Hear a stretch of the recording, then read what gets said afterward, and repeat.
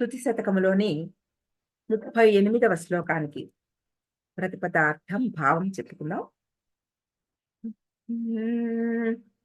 మనసి జయసః పారంపర్యం మరందఝరీ సువాం కవికులగిరాం కందం కంపానదీ తటమండనం మధురలలితం మత్కం చక్షుర్మనీషి మనోహరం పురవిజయినః సర్వస్వం తత్పురస్ఫురుతే కదా.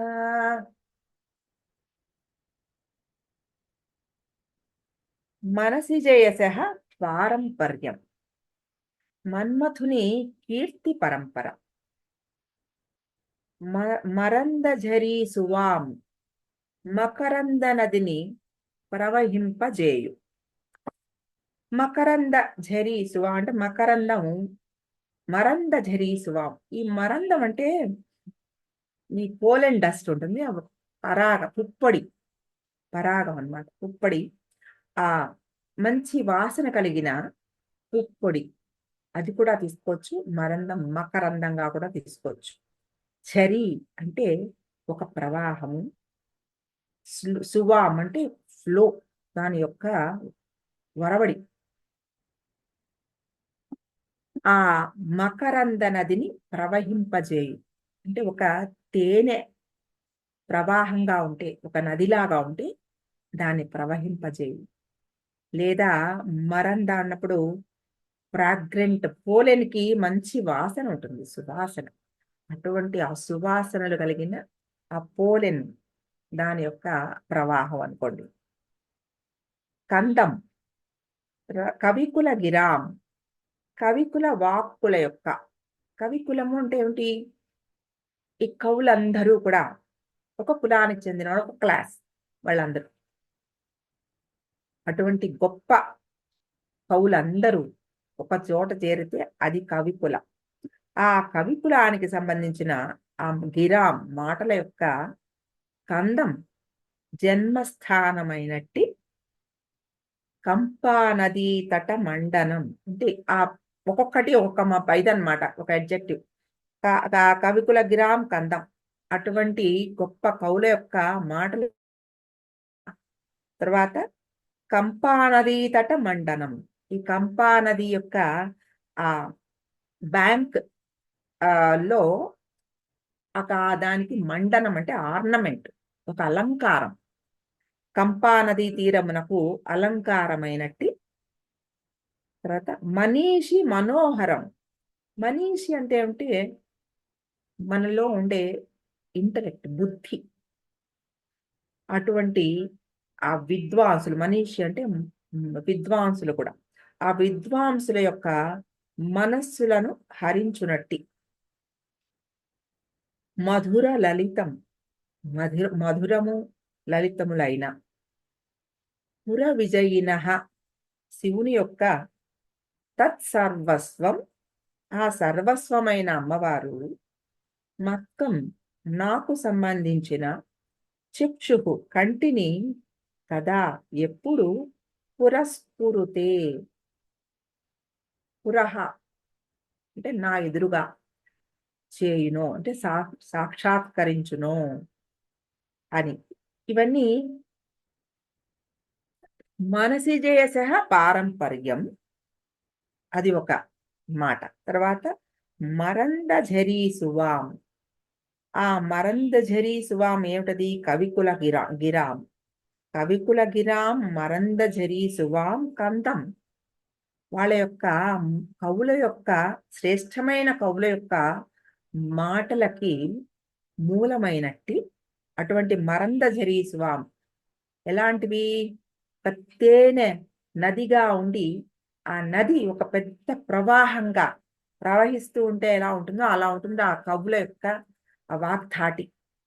ఆ వాగ్ధాటికి మూలమైన, జన్మస్థానమైన ఆవిడ. కంపానది తట మండనం. కంపానదికి, ఆ తటానికి ఒక అంటే ఆ కంపానది యొక్క ఆ తటానికి ఒక అలంకారంగా ఉన్న తీరానికి ఒక అలంకారంగా ఉన్న ఆవిడ. మధురం లలితం, ఆవిడ వాక్కులు మధురం, ఆవిడ గమనం లలితం. చక్షు మనీషి మనోహరం. ఈ ఈ చక్షు అనేది ఇందులో కలవదు. మనీషి మనోహరం.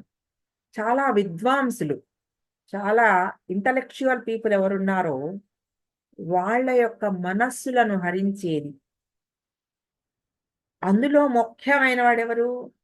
పుర విజయిన. ఆయన అసలు శ్రేష్ఠుడైన వాడెవరు? పుర విజయిన. త్రిపురాలని వధించిన వాడు ఈశ్వరుడు. ఆ పుర విజయిన సర్వస్వం, ఆయన యొక్క సర్వస్వము ఆవిడే. ఆయన పుణ్యాలని ఇంతకు ముందర శ్లోకంలో చెప్పుకున్నాం కదా. ప్రాంచ సుకృత విభవాహ. ఆయన యొక్క ఎన్నో సుకృతాల వైభవం ఆవిడే అని చెప్తున్నారు. అలాగే ఆ సర్వస్వం, పుర విజయిన సర్వస్వం అని ఇందులో చెప్తున్నారు. తత్సర్వం తత్సర్వస్వం పురస్ఫురుతే కదా. ఇన్ని లక్షణాలు కలిగిన ఆవిడ, ఆ శక్తి నాకెప్పుడు కనపడుతుందో కదా. నాకు ఎప్పుడు కనపడుతుంది ఆవిడ, మాకు ఎప్పుడు అనుగ్రహిస్తుంది అంటే చక్షువు అంటే కళ్ళకి సాఫల్యం ఎప్పుడు. మన కళ్ళకి ఒక అద్భుతమైన విషయాన్ని అసలు బా, కళ్ళ పండగండి, కళ్ళకి నిజంగా కళ్ళ కన్నుల పంటగా ఉంది అని చెప్పుకుంటాం మనం. అంటే కళ్ళు పండడం అంటే ఎప్పుడు అలాంటి అద్భుతమైన ఒక విషయాన్ని చూసినప్పుడే కళ్ళ యొక్క సార్థకత కదా. అటువంటి ఆ సార్థకత ఆయన సర్వస్వం. ఆ సార్థకత నా కళ్ళకి ఎప్పుడు కలుగుతుంది అనేది ఇందులో కూడా, ఈ శ్లోకంలో కూడా చెప్తున్నారు. శివుడు మన్మధుణ్ణి కాల్చేశాను అని అనుకున్నాడు. కాల్చేశాడు.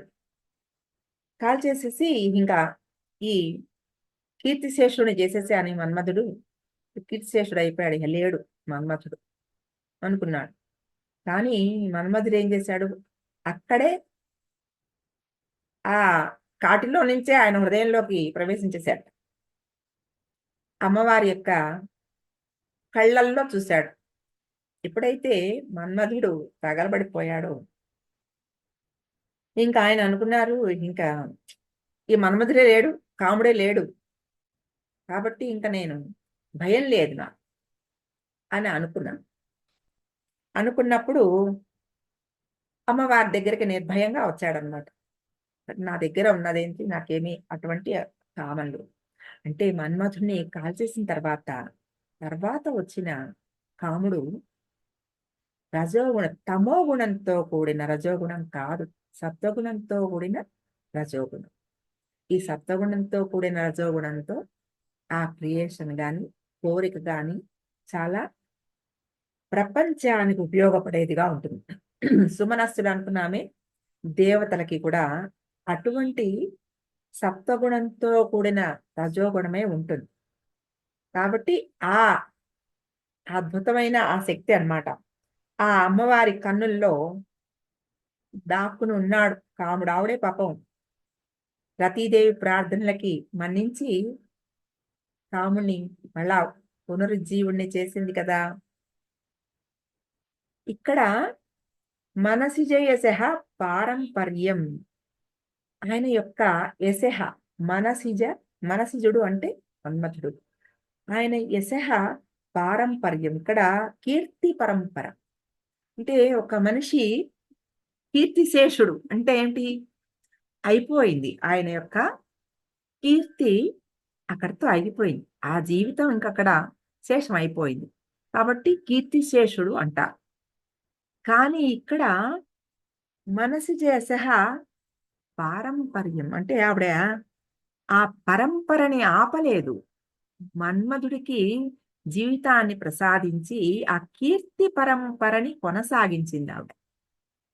ఆ మన్మధుడికి జీవితాన్ని అంటే ఒక మాటలో ఎంత భావం పెట్టారో చూడండి. ఒక కీర్తి పరంపర అంటే ఏమిటి? కీర్తి శేషత్వం అంటే ఏమిటి? అవి ఆ భావాలు ఎంత బాగా పెట్టారో చూడండి. అటువంటి ఆ కాముడిని అమ్మవారి కళ్ళల్లో చూసి, అంటే అమ్మవారిలో ఐక్యమైపోయిన కాముడు ఆయనకు విడిగా కనపడలేదు. కాబట్టి అమ్మవారి కళ్ళనే చూస్తున్నాననుకున్నాడు. అమ్మవారినే చూస్తున్నాననుకున్నాడు. ఆహ్, కాబట్టి ఆయన అక్కడి నుంచి ఆయన హృదయంలోకి ప్రవేశించేసాడు. అక్కడ అటువంటి కామరూపిణి అయిన అమ్మవారు ఆ మన్మధుడి యందు స్థిరంగా ఉంది. కదలకుండా ఉంది. ఎందుకు? మన్మధుడు అంత సాధన చేశాడు. అటువంటి గొప్ప సాధన చేశాడు.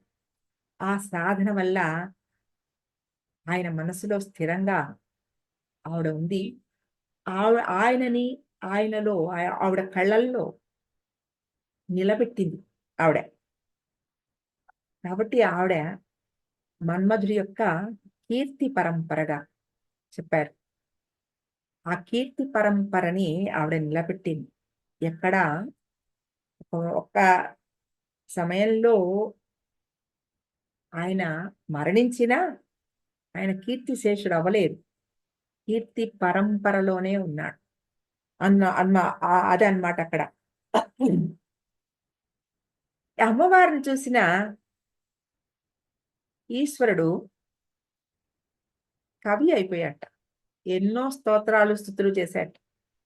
ఈ సౌందర్యలహరి శివుడే అమ్మవారి గురించి చెప్పాడని చెప్పుకుంటారు కదా!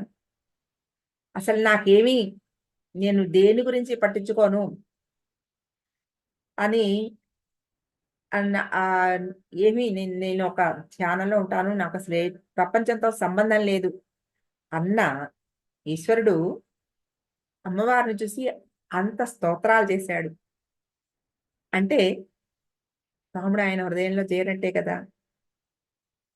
అంతటి నిష్కాముడు అన్న శివుడే అమ్మవారిని అంతంత స్తోత్రాలు చేశాడు. అటువంటి స్తోత్రాలు చేసిన ఆ కవి కులంలో మొట్టమొదటివాడు శివుట. తర్వాత రెండవ వాడు శుక్రుడుట. రెండవ వాడు శుక్రుడు అటువంటి అద్భుతమైన కవిత్వానికి పేరు. 3 ఆదికవి వాల్మీకి. 4 వ్యాసుడు. తర్వాత కాళిదాసు వీళ్ళందరూ కూడా తర్వాత వస్తారనమాట. అటువంటి ఆ కవి కులగిర కందం వీటన్నిటికీ మూలం అమ్మవారు. ఆవిడ కరుణతోనే అసలు ఈ వాక్కుకే ఆవిడ మూలం. వాక్కు ప్రసాదించేదే ఆవిడ. ఆవిడ కటాక్షంతోటే ఆ వాక్కు ప్రసాదింపబడుతుంది. కాబట్టి వీటన్నిటికీ కూడా మరందఝరీ సువాం ఆవిడ వాక్కులు, ఆవిడ గురించిన స్తోత్రాలు, ఆవిడ మాటలు ఒక తేనె ప్రవాహం వల్లే ఒక ఫ్లో తోటి వచ్చేస్తాయి. అంటే తేనె ప్రవాహం అని ఎందుకన్నారు అంటే తియ్యటి వాక్కులు. ఎన్ని యుగాలకి కూడా నిలిచిపోగలిగిన అటువంటి గొప్ప వాక్కులు. అందుకని ఆ కవి కులం అంటే ఒక క్లాస్ ఆఫ్ పీపుల్ ఒక్కొక్క దీనికి సంబంధించి ఆ కవి కులానికి సంబంధించిన కవి శ్రేష్ఠులందరూ కలిసి ఒక కులంగా ఉంటే అందులో మొట్టమొదటి వాడు ఎవరనుకున్నాం? ఈశ్వరుడు. ఆయనకి కూడా ఈ వాక్కు ఆయన చెప్పగలిగిన శక్తి ఆవిడ ఇచ్చిందే కదా! శక్తి ఆవిడ నుంచి రావాల్సిందే కదా! అది ఏదో ఒక పాటలో ఒక కవి రాశారు. ఏ ఏ వరాలు ఎవరు కోరినా, ఎవరు ఇచ్చినా నీవే కారణం. శక్తి లేకపోతే అడగడానికి శక్తి లేదు, ఇవ్వడానికి శక్తి లేదు. రెండిటికి కూడా ఆవిడే కారణం. కాబట్టి ఏ ఏ వరాలు ఎవరు కోరినా, ఎవరు ఇచ్చినా నీవే కారణం. నువ్వే శక్తి. అటువంటి ఆ శక్తి కలిగిన వాళ్ళల్లో మొట్టమొదటి వాడెవరు? శివుడు. ఆయనే శక్తిమంతుడు. అటువంటి ఆ వాక్ మూలం అమ్మవారు, వాగ్రూపిణి. అటువంటి ఆ కవుల హృదయాల నుండి ఒక మరందఝరీ సువాం అటువంటి మాటలు, తేనె ప్రవాహాలు, లేదా మనం ఇందాక చెప్పుకున్నామే ఒక పరాగ పూర అంటే పువ్వుల్లో ఉండే పరాగం, దానికి వాసన, సుగంధం, సుగంధభరితమైన ఆ కవిత్వాలు తేనెలాగా తీయగా కూడా ఉంటాయి. అలాగే తేనెలాగా తీయగా ఉండేది చెవులకి, నోటికి రుచి తెలుస్తుంది కానీ చెవుకి ఎలా తెలుస్తుందంటే ఆ వాక్కులో ఉండే ఆ అద్భుతమైన రుచి చెవికి మాత్రమే తెలుస్తుంది. అటువంటి ఆ తియ్యనైన మంచి సుగంధభరితమైన వాక్కులు, సుగంధభరితం అంటే ఎందుకు, మాట్లాడిన ప్రతి మాటకి కూడా ఒక పరిమళం ఉంటుంది. ఈ పరిమళం అన్ని దిక్కులకి వ్యాపిస్తుంది. ఎలాగంటే అమ్మవారి తాంబూలము అన్ని వైపులకి ఆ వాసన, ఆ పరిమళం వెదజల్లబడినట్లు కవి వాక్కులకి కూడా అటువంటి ఒక పరిమళం, కర్పూర వీటికామోద సమాకర్ష దిగంతర అంటే ఆ దాని వల్ల వచ్చిన ఆ సుగంధము ఎలాగైతే అన్ని దిక్కులకి వ్యాపింపబడుతుందో, ఈ కవుల సుగంధభరితమైన ఈ వాక్కులు అన్ని దిక్కులకి ప్రసారింపబడతాయి, ప్రసాదింపబడతాయి. అటువంటి ఆమె అనుగ్రహం, దర్శనము మూగవాడికి సైతం మాటలు ప్రసాదించగలదు. అటువంటి తేనెలూరే కవిత్వాన్ని ప్రసాదించగలదు, సుగంధభరితమైన కవిత్వాన్ని ప్రసాదించగలదు. అటువంటి ఆ అమ్మవారి యొక్క రూపం మధురం, వాక్కు మధురం, రూపం లలితం, ఆవిడ గమనం లలితం. అటువంటి ఆ శక్తిని పొందిన ఈశ్వరుడు శక్తిమంతుడు. ఆ శక్తిమంతుడు అసలు ఆవిడని విడిచే ప్రసక్తి లేదు కదా, ఆవిడతో కలిసే ఉంటాడు ఎప్పుడూ. ఈశ్వరుడు సదా శక్తిమంతుడు అన్నమాట, శక్తితో కూడే ఉంటాడు. ఈ ప్రపంచం ఉన్నంత కాలం ఆయన శక్తితో కలిసే ఉంటాడు. కాబట్టి శివుడి యొక్క సర్వస్వం అని ఇక్కడ తత్సర్వస్వం అని అక్కడ చెప్పారంటే ఆయన యొక్క పూర్తి శక్తి అంతా ఆవిడే. అటువంటి శక్తిని పొందినవాడు ఆయన శక్తిమంతుడు. ఆ శక్తిని, ఆ సర్వస్వాన్ని మా ముందు తత్ సర్వస్వం పురః కురుతే కదా, నాకెప్పుడు మత్కం చక్షుః, నా యొక్క కంటికి ముందర నాకు ఎప్పుడు ఆ సాక్షాత్కారం అవుతుందమ్మా, ఇవంతా నాకు ఎప్పుడు ఈ రూపం నాకు కనబడుతుంది. ఉట్టిది ఆయన ఉట్టే మన కోసం చెప్తున్నారు, ఆ అమ్మవారిని ఆయన సాక్షాత్కారం చేసుకున్నారు కాబట్టి అవన్నీ రాశారు. ఆవిడని చూస్తూ చెప్తున్నారు ఇవన్నీ, మన కోసం చెప్తున్నారు ఇవన్నీ. మీరు కూడా అలాంటి సాక్షాత్కారాన్ని పొందాలని తపన పడండి, తాపత్రయపడండి. ఎవరైతే అంటే పుర విజయిన అన్నారు, త్రిపురాలని, త్రిగుణాలని, అన్నిటినీ తాపత్రయాలని వీడిన ఆ పుర విజయిన ఆ సర్వస్వం, ఆయన యొక్క సర్వస్వం. అటువంటి ఆ శక్తిని పొందాలంటే మనం కూడా ఏం చేయాలి, ఈ త్రిపుర విజయం మనం కూడా చేయాలి. త్రిగుణాలని దాటాలి. వీటన్నిటినీ దాటి అటువంటి అద్భుతమైన అంటే కంటికి సాఫల్యాన్ని, కన్నులు ఉన్నందుకు అటువంటి గొప్ప సాఫల్యాన్ని పొందగలిగిన శక్తిని మీరు కూడా ప్రార్థన చేసి పొందండి.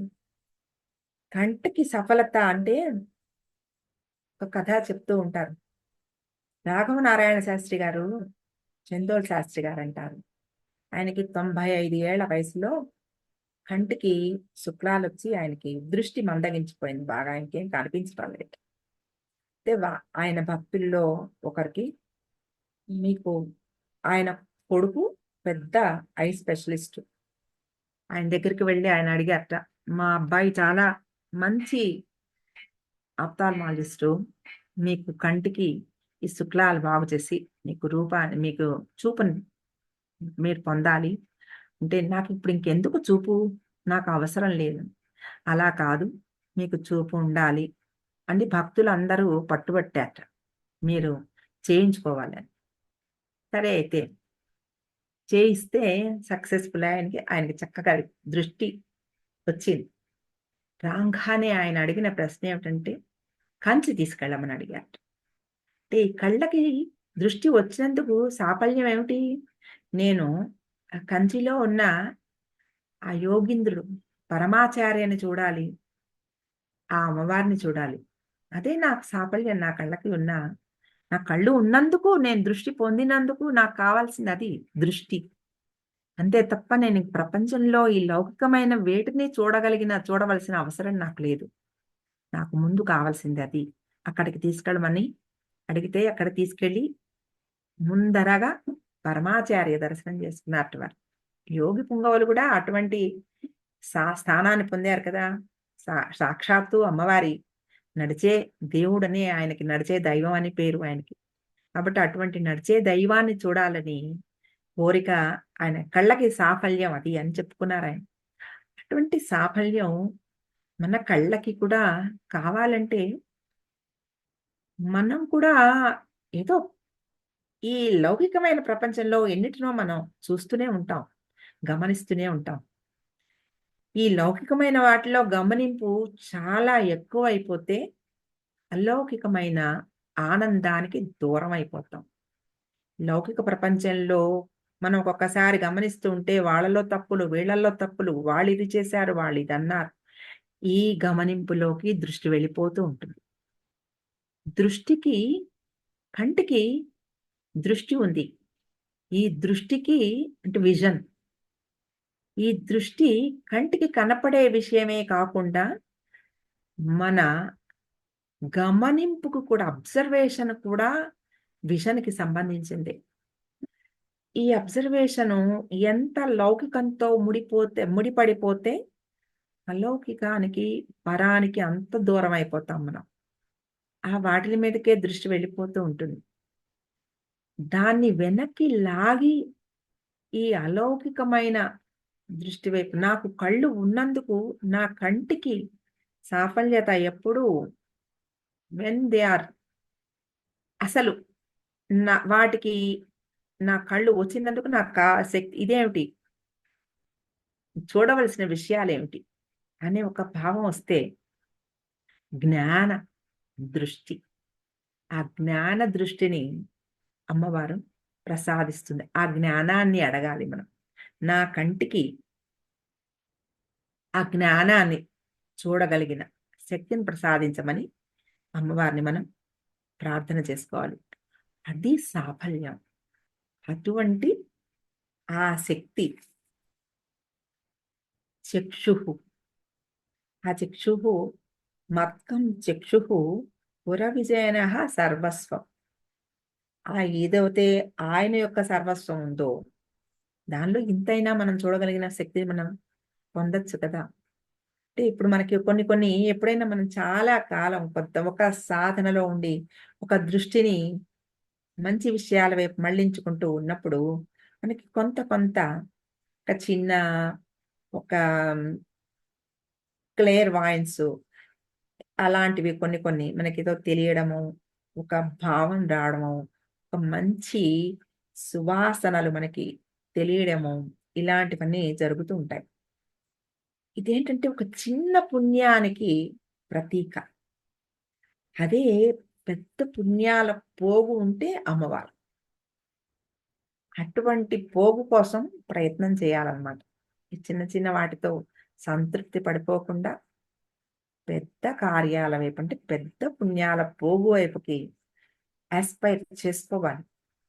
అది ఇక్కడ చెప్తున్నారు పురవిజయనః సర్వస్వం అని. మాహేశానాం సుకృత విభవాః, ప్రాంత్యః సుకృత విభవాః అని 2 శ్లోకాల్లోనూ ఆయన యొక్క పుణ్య పరంపర, పుణ్య సంపద, పుణ్య వైభవం ఎంత ఉందో, సుకృతాల వైభవం ఎంత ఉంది, ఎంత ఉంటే ఆయనకి ఆ సాధన ఫలించి ఆ ఆదియోగికి ఆ యోగం ఫలించింది అని మనకి చెప్తూ ఉన్నారు. అది ఈ 38వ శ్లోకంలో కూడా మనకి చెప్పిన విషయం. మనసి జయసః పారంపర్యం మరందఝరీ సువాం కవికులగిరాం కందం కంపానదీ తటమండనం మధురలలితం మత్కం చక్షుర్మనీషి మనోహరం పురవిజయినః సర్వస్వం తత్పురస్కురుతే కదా.